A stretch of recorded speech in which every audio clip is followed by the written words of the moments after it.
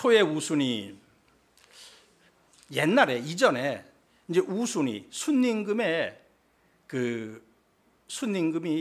이제 우나라의 그 제후로서 봉해졌었어요. 그래서 우순이라고 얘기를 하는데요. 치유영 이주어 남국지린이연을, 유주와 영주 그 두 주를 남국의 근처에 설치하거늘, 남국은 고조선의 제후국이에요. 고조선의 제후국인데 어디에 있었냐면은 산동성과 하북성에 걸쳐 있었습니다. 그래서 제견병 정지하사 부르단군께서 군사를 보낼 견자 그들을 정벌을 하셨습니다. 자, 여기에 대해서 한번 이제 자세히 살펴보면서 도대체 이 우순의 순임금의 정체에 대해서 한번 살펴보도록 하겠습니다. 자, 우순은 죽석인연이라는 책이 있어요. 근데 죽석인연도 뭐 중국에서는 위서다 아니다 그런 논란이 많이 있지만 아주 그 좋은 내용들이 많이 담겨 있습니다. 석의 요덕이 쇠하야. 옛날에 이제 중국을 다스리는 윤림금의 덕이 쇠약해져 가지고 위순 소수야라, 순임금에 의해서 갇힌 바가 되었어요. 처음 들어보는 얘기예요, 여러분들이. 순임금이 윤림금을 감옥에 가두어 버렸다는 거예요. 그러면은 감옥에 가둔다는 것은 힘이 더 세다는 거예요. 순임금의 힘이 더 세다는 거예요. 그러면 순임금의 힘은 과연 어디서 나왔을까? 그건 조금 뒤에 살펴보죠. 또 죽석인연에 보면요, 순이 수요하고 순임금이 윤림금을 가두고서 언색 단주하야. 이건 언색은 막는다는 뜻이에요. 윤림금의 아들의 이름이 단주예요. 단주를 막았어요. 아버지를 만나지 못하게. 그래서 불엽으로 상견냐라. 자, 하여금 사자 뒤에는 대명사 단주가 생략돼 있죠. 단주로 하여금 그 아버지 윤림금과 더불어 서로 만나보지 못하게 했어요. 누가? 순임금이 그렇게 했다는 거예요. 그리고 이제 번한세가 상해 보면은 지 단군 왕검하야. 단군 왕검에 이르러 가지고 당요로 병세하니, 윤림금과 더불어, 윤림금은 처음에 그 당나라의 제후로 봉해졌었거든요. 이제 9년 뒤에 혁명을 일으켜 가지고 그 임금인 지라는 임금을 쫓아내고 그 요가 임금이 됩니다.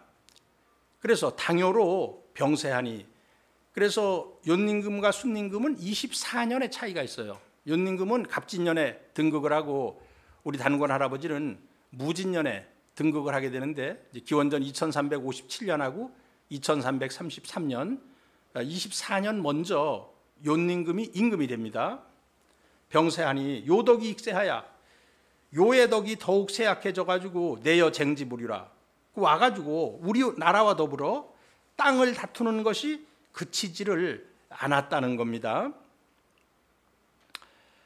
천왕이, 이때 천왕은 초대 단군 할아버지예요. 천왕이 4명 우순하사, 이에 우순에게 명령을 내려가지고, 누가 명령을 내렸어요? 우리 초대 단군 할아버지가 순임금을 이게 명령을 내려서 분토이치하시고 그 윤림금과 국경에 있는 땅을 나누어져 가지고 제후로 임명을 했어요. 순을 다스리게 하시고 견병 이둔하사 군사를 보내 가지고 주둔을 시켰어요. 어느 나라 군대예요? 고조선의 군대를 파견을 해 가지고 그 윤림금과 국경지대에 주둔해서 야기 공벌을 당요하시니, 그 제후인 순임금과 우리 단군 할아버지가 함께 요 당요를 정벌하려고 약속을 했어요.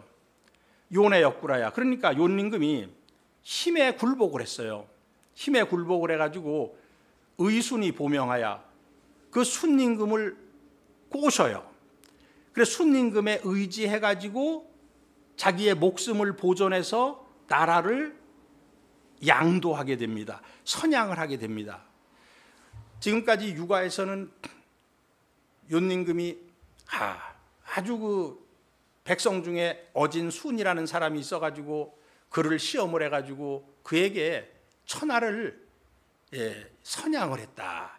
이렇게 미담으로 내려오고 있는데 그거 다 거짓말이에요.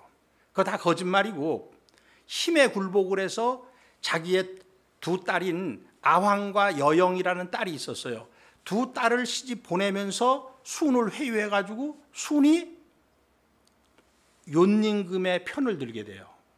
이제 우리를 멀리하게 되고 뭐 그러면서도 완전히 배반을 하지 못하는데요. 자, 그 밑에는 뭐 그냥 읽어만 지나가고요. 근데 어시에 순지 부자 형제가 순의 부자 형제가 왼수가 됐었거든요. 그래서 순의 아버지 고수가 항상 순을 죽이려고 그러고 부귀 동거하니 이제는 다시 돌아와 같은 집에 같은 집을 함께 하니 개 위국지도는 대개 나라를 다스리는 도는 효제위선이라 부모님께 효도하고 형제간에 우애 있는 것이 우선이다. 그 9년 홍수하여 9년 홍수가 일어남에 미쳐 해금 만민고로 그 피해가 만민에 미치기 때문에 단군 왕검이 우리 초대 단군 왕검께서 견 태자 부루와사 태자 부루를 보내가지고 우리 초대 단군 때 배웠어요. 우리 초대 단군 할아버지 67년 때 기원전 2267년이에요. 외우기가 똑같이 67이에요.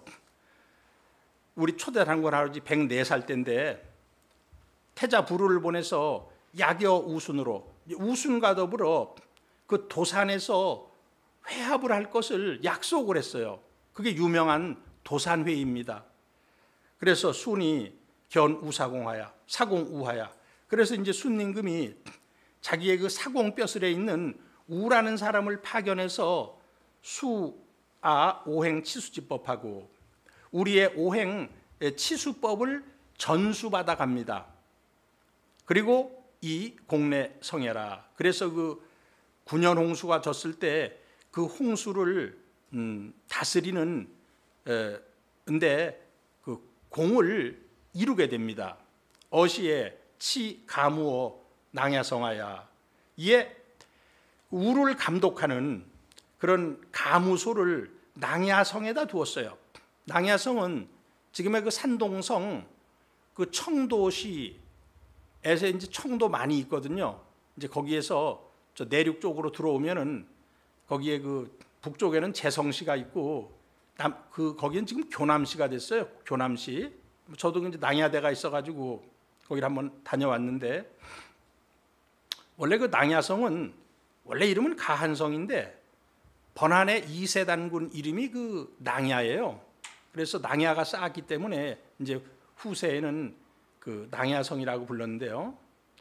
그 낭야성에서 그 낭야성에다가 운임금을 감독하는 가무소를 두어서 이결 구려 분정지하니 그 구려의 그 분정 정치를 나눈 정치를 의논하는 것을 결정했어요. 그래서 거기에는 우리 그 하북성, 산동성, 안위성, 강소성, 뭐 절강성 여기는 전부 우리나라의 제후들이었는데 그 제후들에게 어떤 문제가 생기고 하는 것을 전부 그 낭야성에서 결정을 하게 했습니다. 이것이 즉 서소운, 이것이 서경에서 이른바 동순망질 사근동우자가 차야라. 이게 서경에 있는 말인데요. 동쪽으로 순임금이 동쪽으로 순행을 와서 그 질서 있게 차례에 맞게 망제사를 지내고 사근동우다. 드디어 사자예요. 동방의 임금님을 아련했다. 근이라는 것은 아랫사람이 윗사람을 뵙는 거예요. 이것은 순임금이 낭야성에 와서 우리 초대 단군 할아버지를 배운 사건을 서경에서 기록을 했어요.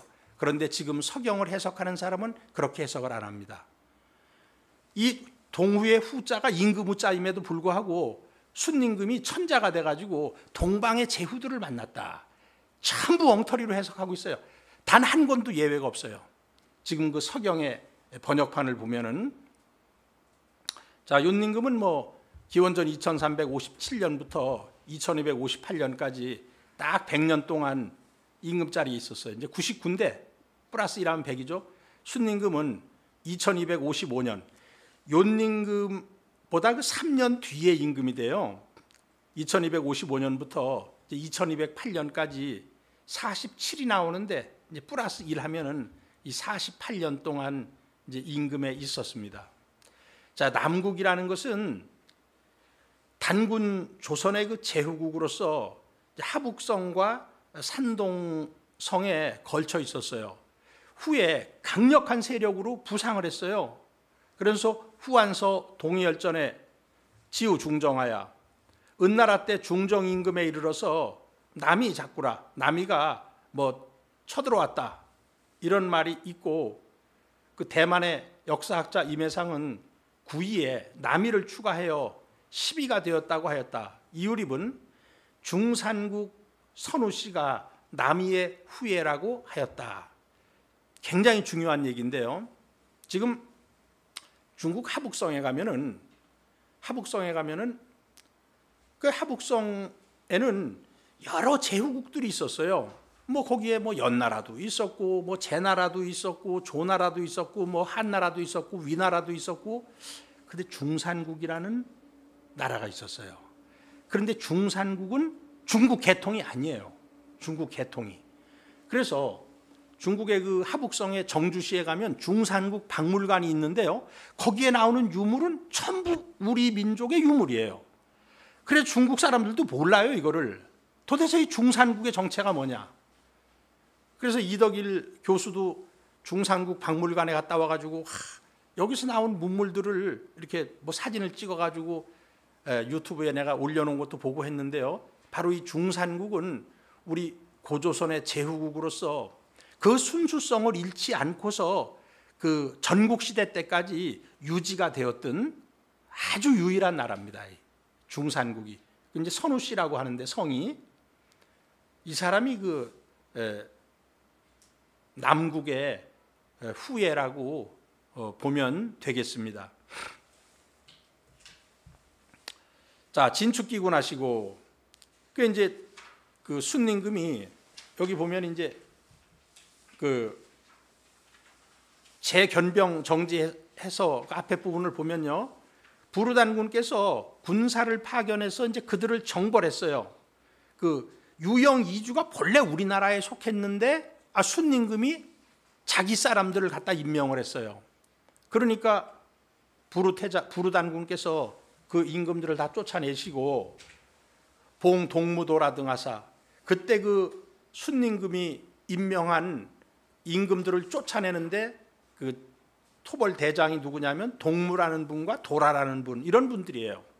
그래서 이제 그분들을 동무와 도라 등을 거기다 봉해가지고 이표기공 하시니라, 그 공을 표창을 하시니라. 이것은 이제 유주와 영주, 아마 유주와 영주의 제후로서 동무와 도라를 임명했다는 것입니다. 자, 진축기군. 우수는 처음 단군의 명을 받아 요와의 국경의 제후로 있었는데, 단군 앙금이 우순과 약속을 했어요. 함께 당요를 정벌하려고 약속을 하니까 요네였구라야, 앞에 나왔던 부분이죠. 요가 힘에 굴복을 해서 의순이 보명하야 순임금에 의지해가지고 목숨을 보전해서 이국양이라, 그 나라를 선양을 했어요. 그 힘에 밀려가지고 나라를 넘겼는데 중국의 유학자들이 아주 훌륭한 사람한테 그 선양을 했다고 이렇게 미화를 하고 있는 거 다 그건 거짓말입니다.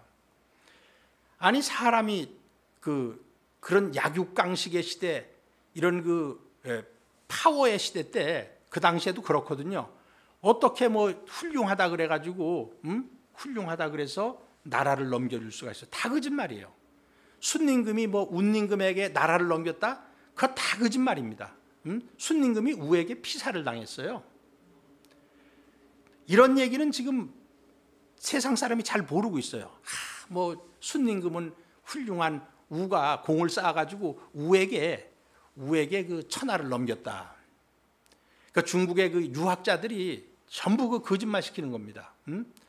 순임금이 도망을 갔는데 끝까지 쫓아가서 순임금을 살해하고 순임금의 두 왕비인 아황과 여영도 그 순임금이 우가 다 죽이게 됩니다. 그 자기 아버지에 대한 복수예요. 자기 아버지 곤을 순임금이 죽였거든요. 그 치산치수를 못했다 그래서.